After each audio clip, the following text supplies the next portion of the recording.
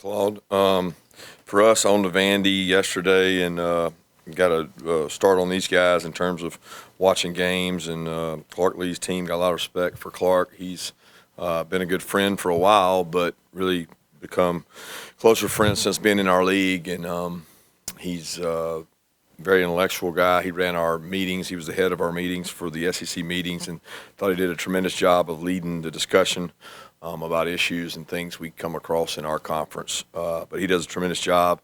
He's gotten more energy and had some big wins since arriving there. I know he's an alumnus, which takes a lot of pride in being from the school, as I know myself. And we're preparing to go up and play these guys in an early kick in Nashville. And we got to prepare our guys the right way. So we'll start on that today.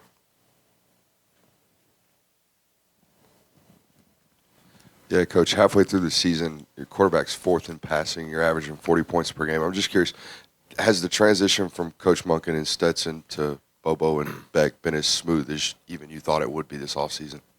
Yeah, and I made a quick decision there because I was really confident. And we had the luxury of having a quarterback coming back that really wasn't your typical first-time starter. And not you. When you have a guy that's been in the system as long as he has, I felt comfortable that he knew the system. I wanted to keep the system the same, and those guys have transitioned well together. You talked about being pretty good friends with Clark Lee. Sympathy and empathy is not big in football, but can you process what the challenges, that unique challenges a place like Vanderbilt has? But at the end of the day, they draw the same check as everybody else does in the SEC shares. So can you just talk a little bit about that dynamic? What the uphill climb that program looks at every year? I don't think I can, because I don't know. I don't know his issues and problems. I think we all have our distinct institutional things that we deal with, and everybody's is different. I mean, whether it's geographically, academically, financially. I mean, everybody's situation is completely different. So I can't draw a comparison to his, and he's not one to sit around and complain and cry about it. He's from there. He's proud of it, and they've done a tremendous job. I think he has the right approach. He knows the area. He knows that state. He knows the institution, which institutional knowledge is powerful information. So it's hard for me to draw a comparison.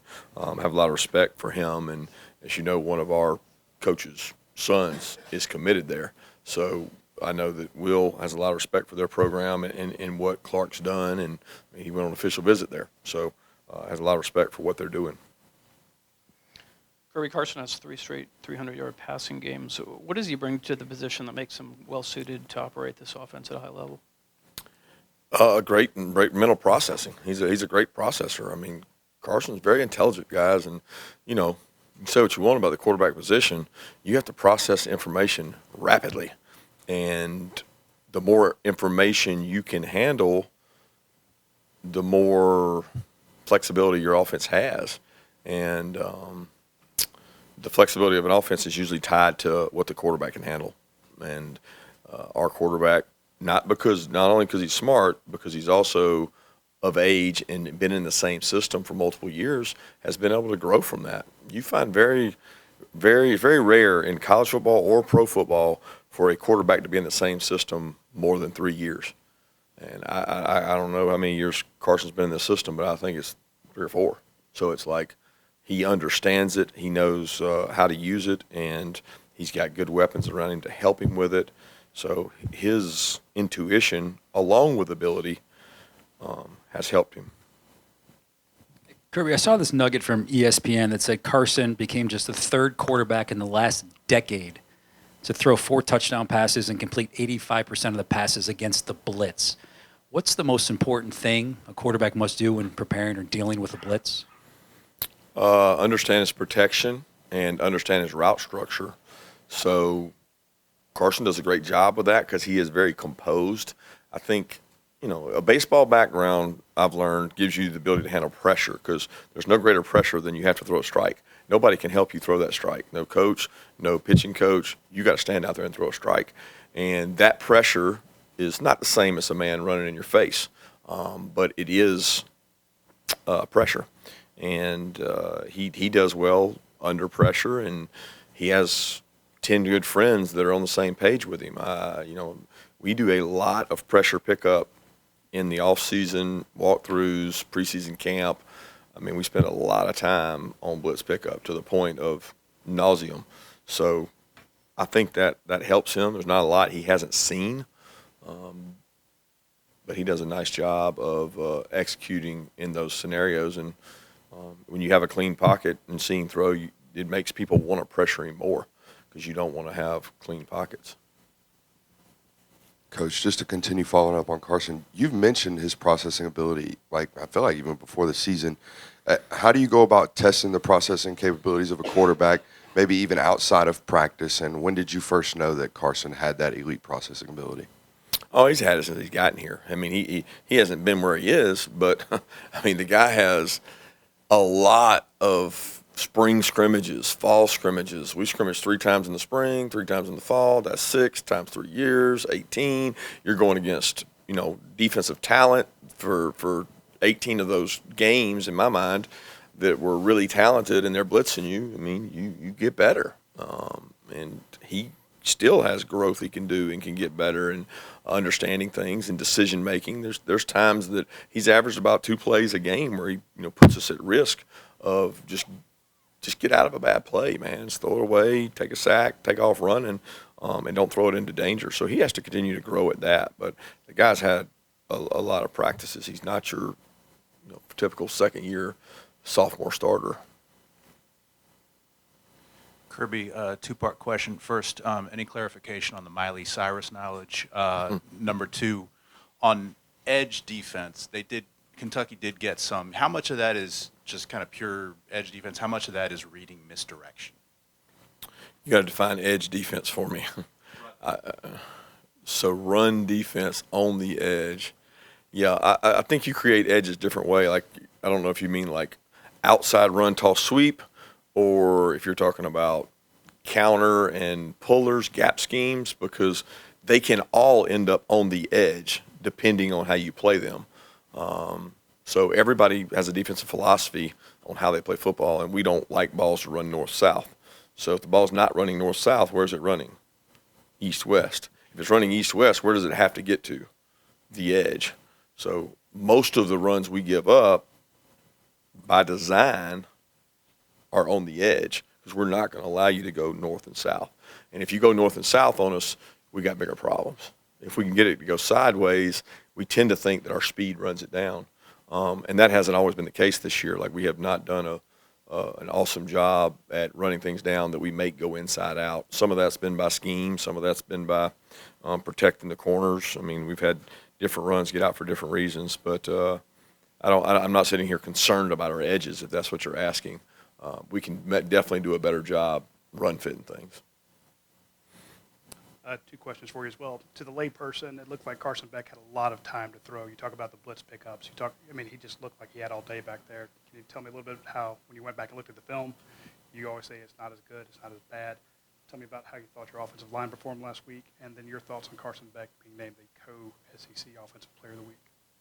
Happy for Carson to get that award. I think he'd be the first to tell you it wasn't all him. It was protection, pass catchers catching the ball, route runners changing routes, the level of the routes. Some of the route structure we had in last week was different than previous weeks. So, I mean, those guys all played a part. He certainly had a big part in that and being able to read the coverage and make the decisions. So I'm pleased for him in regards to that. But the time he had, some of that was protection. Some of that was the way Kentucky plays a defense sometimes where they rush 3.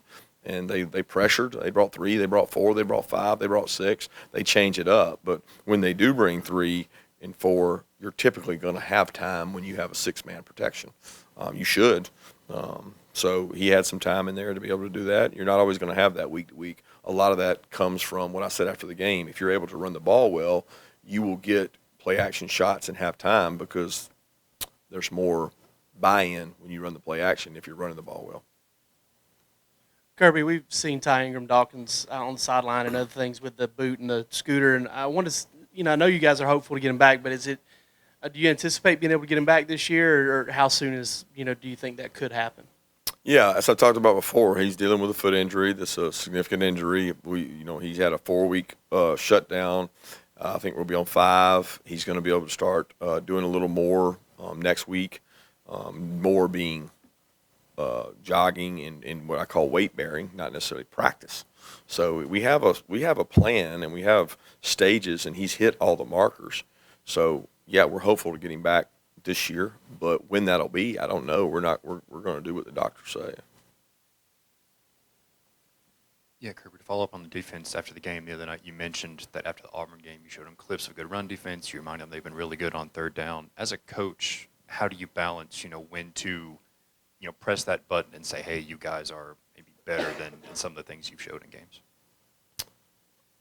You just go on gut feeling. I mean, it's where are they? How are they practicing? Do they buy into what you're believing, or do they buy into what you guys are believing? It's like, so they have to understand the truth is what's on the tape.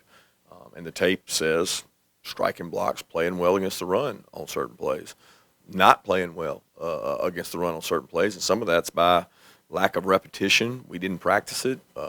Some of it's didn't play physical to our standard. And if you show that you can do it, we're going to show you that you can do it. And that's what we do. We don't try to overthink it. We just show them what the truth is.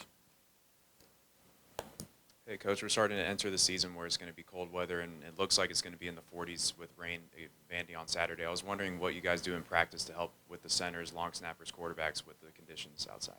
Yeah, we spray water on it, and then we practice in whatever elements we have that we can create. So we haven't practiced in much cold, I can promise you that. But we can create some things for indoor, and we can create weather conditions with water and things like that. We have wet ball practices. We kind of pick them and just say, hey, the practice 6, 20, 28, we're going to do this. And then if we get a chance to go out in it, we do it. But that's all you can really do. Yeah, I want to ask about 2 guys on the offensive line. Said leaves the game, obviously comes back in. How is he doing? And then how is Amarius Mims progressing in his rehab from ankle surgery? Yeah, Sid's great. He came back in, finished out the game, seems to be fine. Amarius is right where we think he should be. I mean, he's got the same protocol that Lawson Lucky's had, Cash has had, James Cook's had. We've had a lot of the tightrope surgery, and he's right on schedule. Kirby, I think you've got 16 former guys, 11 of them starting at other schools in the FBS ranks with the transfer. And I know we've talked about that. Is there anything you do conscientiously different in terms of your retention with this being the new state of college football? I don't really know what you're asking. I don't know what other people do, so I don't know how different what we do is. I mean, do we think about it? Yeah. Do we talk and talk to guys? Yeah. I think everybody does, and you have to be smart and evaluate your players, talk to your players, explain where they are. I think it's really important to have communication back home, have those things. But I don't know how different that is from everybody else because I don't know what everybody else does. Kirby, Vanderbilt's had some success the last few weeks throwing the football, and Ken Sills has been the quarterback in those moments. What sort of stands out to you about how they have done passing the ball, especially with Ken Sills as the quarterback? Yeah, it stands out. They have speed at receiver. They have really good wideouts. I didn't realize, as I was watching all the games yesterday, how fast they are at wideout, and the quarterback's done a great job getting them the ball. They've had some injuries up front and had some guys going in and out on the offensive line, but I mean, he buys more time. He's mobile. He's able to highlight the players they have. They have really good wide receivers, and he buys time to make throws, off-platform throws, scramble throws. He's got a really good arm, and he's a good athlete. So when he extends a play, it brings their what the strength of their team is up because he gives them more time to make plays. I want to follow 2 little questions. With Amarius, I don't know all that much about tightrope surgery other than what I've Googled, right? And with Amarius, it seems like his timeline could possibly look at a comeback around Florida or so. Is that a goal to try to get him back after that off week? No goal. No goal. It's really about where he is. I mean, the timeline for Lucky would put him around there, but he's not. He may not be the exact same as Lawson. I mean, Lawson's is a skill position that requires more cutting and things like that. We've ordered a special shoe for Amarius, and plan to use it. We used that with Andrew Thomas and several other kids on the offensive line that have had ankle injuries, but we don't put a timeline on it just for that reason, that it could be before, it could be after. It's based on his progression of how he feels when he starts moving around and what he does. Kind of following up on what Mike said, this just recently, Adonai Mitchell rates as a first-round pick right now, and what he's doing. Major Burns has a pick six, and it clinches the game against Missouri. On that line of NIL retention, how do you you obviously would like to keep all the players around, but is that part of the reason you lose them? Really good players you get outspent for them. You get you know what I'm saying? I wouldn't say that. Is that what we're coming down to now? I wouldn't say that. I don't talk much about the guys that aren't in our program. I love both those young men to death. They both chose to come here, and neither one really had the options that they wanted coming out. And we saw something in them to bring them here, but they chose to leave. And neither one of those kids were encouraged to leave. But why they left would be up to them, not for me to define or say. I don't think it's about NIL in either of those cases. Do I think it's about NIL in some cases? Absolutely, but I don't think it's about that in those two kids' cases. That would probably be proximity to home in both those two cases. But I just don't concern myself. I don't think about that. I'm not even worried about that. It's maybe a story for you guys, but for me, it's about the men that are in that team meeting room right over there that are going to practice today and that are trying to beat Vanderbilt. Kirby, you don't have a special teams coach per se of your on-field assistants. I'm curious with Peyton, who seems to have gotten on track. What does it look like in terms of getting him right from a coaching perspective? Who's responsible for helping him? Well, you don't coach kickers. I don't know if you've noticed that. I don't there's nobody in the country that has somebody that specializes in the actual technical process of kicking. You know what I mean? I think every team in the country that's got the financial stability, they have good psychological sports management, and they have all the people that can help him psychologically, which is more of it than anything. Mechanically, the kids, he's been good for a while. They all have their kicking coaches back home, and if they're not kicking good, they might use that kicking coach. But we use sources here that are more sports psychology path than what's wrong with your stroke, and so we don't have to have a kicking coach as much as we have to have special teams background people to help coach the coaches. Kirby, with Georgia passing the high school NIL rule last week, what would your advice to parents, kids, high school, about the process and just kind of the perception versus reality of the NIL dollars, especially maybe in the high school? I honestly don't know what I would tell them. I mean, it's all over the place. I mean, what does your son play? And what you see your son's net worth as may not be what Delta or Coke or Kodak or UPS sees your son's net worth as. So you have to be careful there what you believe and what you hear, because I don't honestly know what the impact will be, because you got to go to those local communities and say, what are they willing to do with NIL when dollars are tight in a time that in America that they may not want to spend money on a high school kid. Now, certainly that's going to happen at some positions, no different than it's going to happen in college football at some positions. But the overall impact, I think we'll have to wait and see what it is. Coach, to follow up on the kicking, I think I noticed on the balls on the left hash, the 32-yarder, y'all kind of angled the snap. And had y'all done that before? And if so, what went into the decision to kind of take that guy and put him off the left hash? Well, we have rules that I don't really prefer to divulge, but that has not changed. So there's no change in our kicking rules. Every field goal team in America has a rule they have for whether they're on the hash, they move it, whether they go tackle over, they don't go tackle over. I mean, those are things that you get into geometry about, of how your kicker kicks the ball, what's the flight path, how high does it get, where's the block point, how hard do they rush. But we haven't changed ours since we've been here. Kirby, I heard a podcast with you last summer. You went about 40 minutes talking about changes you've made over the course of your career. I guess when you were talking about how humility is 1 week away, obviously Vanderbilt actually beat Georgia your first year. What would you say, the biggest major change that you've made since your first season? And does that Vanderbilt game ever flash through your mind? So far back now, not really. I mean, I've had games in my career that you regret. You remember the losses more than the wins, but that one doesn't stick out for me as much as maybe we won a lot of really close games and we lost some really close games. The only common theme was there was a lot of close games. But as far as things I've changed in, it's a lot. Too long to sit here and just talk about for 5 minutes. Thanks.